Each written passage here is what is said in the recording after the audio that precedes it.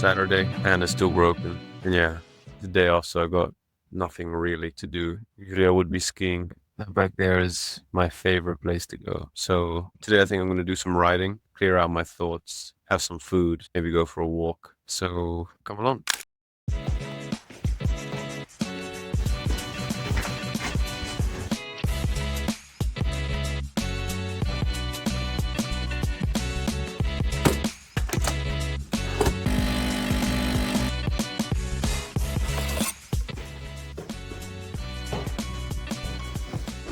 To be honest, I woke up pretty late. I didn't wake up at 7, I didn't wake up at 8, but on our days off, I like to wake up maybe 9:30, 10, sometimes even later. Now it's currently 3 p.m. actually. I'm not doing work straight from the beginning of the day. I do like to treat my days off as opportunities to work on other important things in my life, other than the work that we do here in the kitchens and looking after guests. So my day off is definitely even more intense than my regular working days, because when you do something that you really enjoy, then it really doesn't feel like work. And for me, making these videos, I think, I don't know how many I have until now, but nearly 30, maybe around 25. Every one of them has been enjoyable to make. Some more than others, obviously. Yeah, this is a tricky part. I really want to get down to the crux of what are the most helpful ones to make. Is it about doing engineering at Oxford? Is it about, I guess that's the only thing I have. But yeah, just like tips about productivity or showing you parts of life other than Oxford. Maybe showing you some parts of the job here as a chef in the French Alps or as a yacht skipper in Croatia, which I'll get more of a chance to show you in the summer. But yeah, I guess today's video, I'm just a little bored here. I broke the hand. To take my mind off of that, I decided to make myself a little project for today and film a little video of what I'm doing today. And it's not going to be much. Making my coffee was about a third of it, but I'm going to do some writing. I'm actually working on a little video to share my story of the time I did an internship at a university in China, in Wuhan, in 2022. Yeah, it was a very interesting internship. I learned so much about just working as part of a team, working on a big project that was 6 weeks long. We designed ways of using solar power to burn biomass, which is a renewable fuel. And we were researching how this could be implemented in China and in Asia. So yeah, that was really fun. And I guess the biggest takeaway from the internship and why I wanted to do the internship in general is because I am pretty fascinated with the Chinese culture. It's just strange how some things are normal here in the West, and even differences between Croatia and England, for example, there's different norms, and then how that's completely different in the Eastern world. So I guess that was my second real experience of Chinese culture, and we had to do Chinese culture lessons and Mandarin language lessons. The intrigue in doing that internship probably stemmed from doing a lot of tutoring with Chinese students, mostly for Oxford admissions, but just seeing how they solve problems and how that's different to maybe how kids in England solve problems, and just talking to them. I just got a real intrigue into the way that their school system works from what they told me, and just how hierarchy works there. So it was a really interesting experience working and researching at a Chinese university on a chemical engineering project within a research group. So with this hierarchy of a professor and then PhD students and then me as well. I'll talk about what I did, my role. I'll go into a bit more detail about the project and yeah, how they treated me and what the whole experience was like. So I'm excited to make that little video. This is just a little documentation of things I've done, different projects I've worked on, and just advice I have for anyone studying engineering or just wanting to get better at studying in general, because I feel like I learned it probably the harder way. And so I would have wished to have someone walk me through different things and not just talk about the good things, but also talk about the mistakes. Anyway, I've been rambling for ages now. Coffee is getting cold. I'll just keep writing my little thing here and check in on you guys in a little bit. Cheers.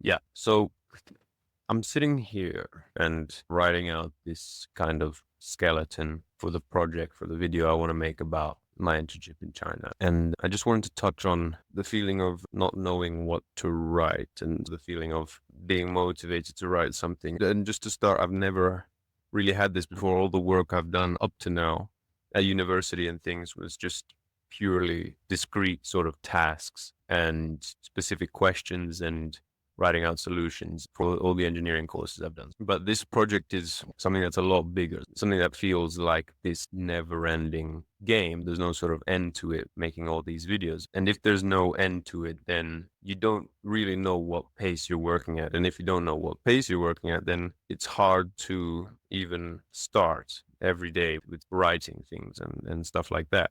Yeah, and I'm sure everyone's already heard of the sort of hack of feeling motivated, especially with this being something that's quite prevalent in the author spheres of how do they get motivated to keep writing and editing things. And yeah, I can't remember which author, but everyone knows the story of when an interviewer asked an author, where do you find the inspiration or the motivation to get up and write every morning? The author just said, motivation is hard to find, but luckily it shows up every day at 9 a.m. when he sits down at his laptop and starts to write. So thinking not more of motivation as something that you have to go out and find. It's something that just comes from doing the actual thing. So I think that's one thing that sort of people get mixed up, and I'd always get mixed up, is looking at things the wrong way around, looking at motivation being something that's needed to take action, whereas you'll probably find that once you take action, that's when motivation comes. So I remember at uni, when I would be going through a problem sheet, I have to really convince myself to sit down and start doing work because I know I'd have to be doing it for a few hours. And starting a question required so much motivation. But actually,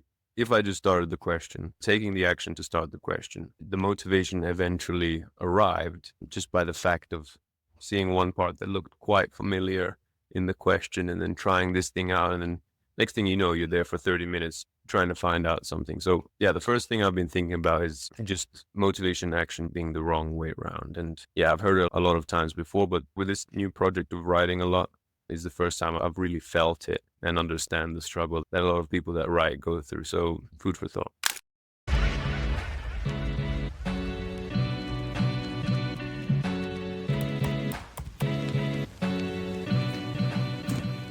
Okay, the next sort of thing I've been thinking is in the sort of world of finding ideas and finding things to document and to talk about. It's weird because it's at the same time having too many ideas, but also feeling like none of them are important enough to talk about. So yeah, really fine-tuning ideas is a little bit tricky. But again, listening to the Not Overthinking podcast, which I made a video about a couple of weeks ago, in the episode of Finding the Meaning of Work with Derek Sivers and obviously Ali and Tamor. Tamor mentioned something about exploring and exploiting, and I'm not sure of the complete context, but how do you find out what you should do in life, maybe in terms of careers or in terms of different avenues to pursue, but how do you balance the exploration phase and the exploitation phase? So living in different countries, do you explore 4 countries and then pick one? And how long do you explore countries for? And then how long do you live in a specific country that you pick for? So all of these things. And Tamar actually said, again, you're looking at things the wrong way around. And I'm having trouble with just exploring different areas that I want to cover of my expertise in terms of should I make videos and ideas based on just Oxford or engineering and even other aspects of life. But I don't really know what people will find valuable. And what Tamar said about this is rather than exploring, trying a lot of different things, but not very deeply, and then finding one and exploiting it, going a lot deeper into it. We should, again, just do the opposite. Try one thing, go quite deep into it. And then if that's not working, move on to the next thing. Because it's only really when you go deep into something and you really fully invest into something that you get the full extent of the experience that it has to offer. And so the only truly good way to explore something is to exploit first. Just another little idea I've been thinking about with this whole creativity, writing, making these videos kind of thing.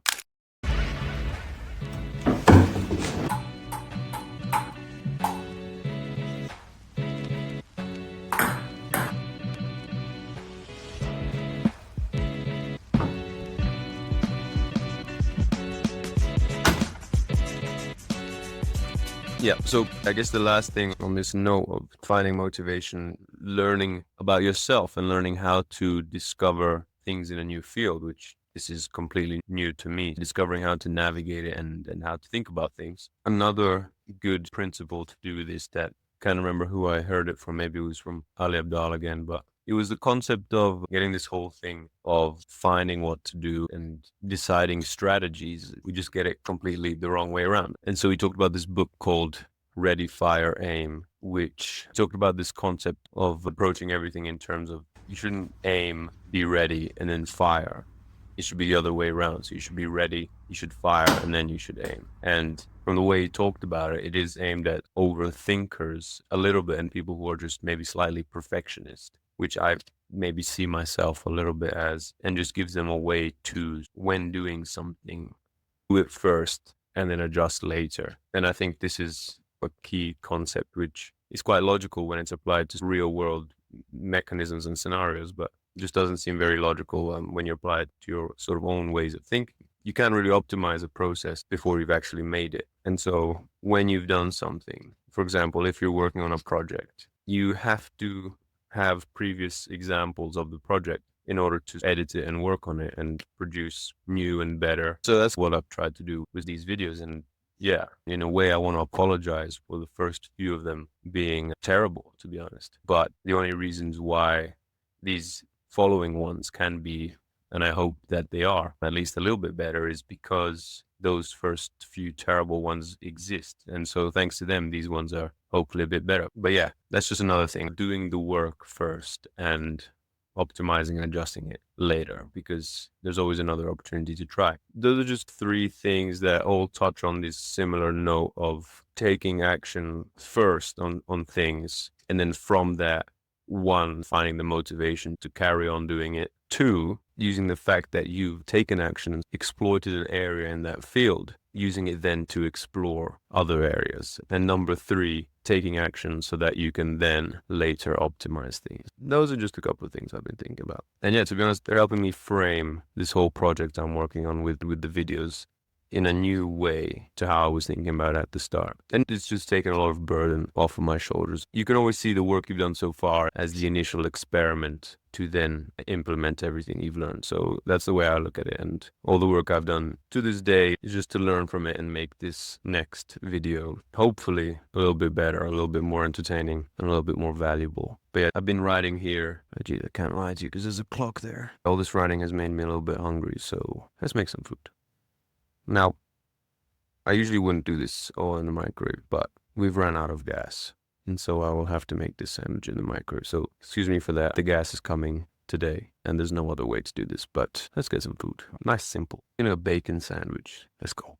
So we do cook a lot of things here. We're in this very fancy kitchen. We have all the state-of-the-art equipment. We make scallops, we make steaks, we make guinea fowl, we make all sorts of wonderful things. And for the regular week, we actually do a lot of cooking. Every morning we make a cooked breakfast, and then we make a cake as an afternoon sort of snack. And then for dinner we have 4 courses, so canapes, a starter, a main, and dessert, and also 2 wine pairings for this. So a lot of cooking during the week. And so when we get weeks off, I don't really feel like cooking. And so this is my go-to breakfast. Let's call it breakfast, although it's 2 p.m.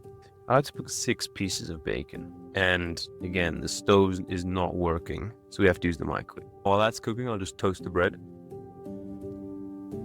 So it's toast one side. That way you have the inside sort of soft and porous, so you can absorb all the juices from the bacon, but the outside being nice, crusty.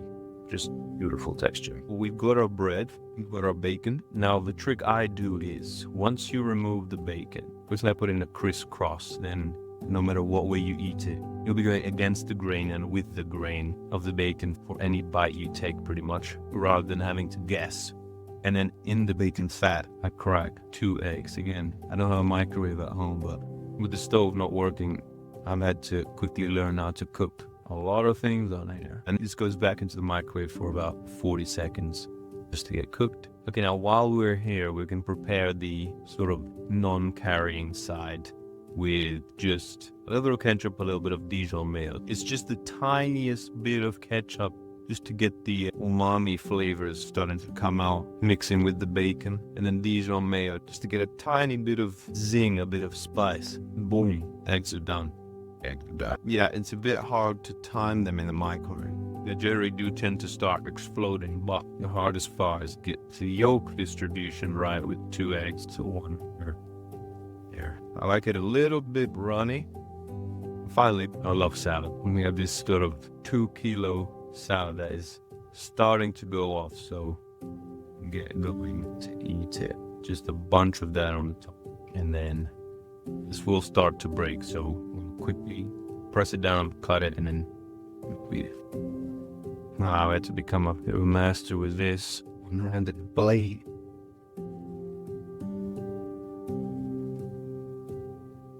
Boom, look at that. Beautiful sandwich. Easy in the middle in there. Bellissimo. I'm starving. I haven't eaten all day. I'm about to show you. With this nice coffee, nice sandwich, doing things that I'm enjoying doing. I guess it's not too bad not being able to sleep after all. But when I wake up and I see the sun and I see the mountain, it does get you a little bit. But yeah, it's nearly 4. So I think I'll eat this and then I might go for a little walk along the lake before it gets dark. Enjoy this first. Bon appetit.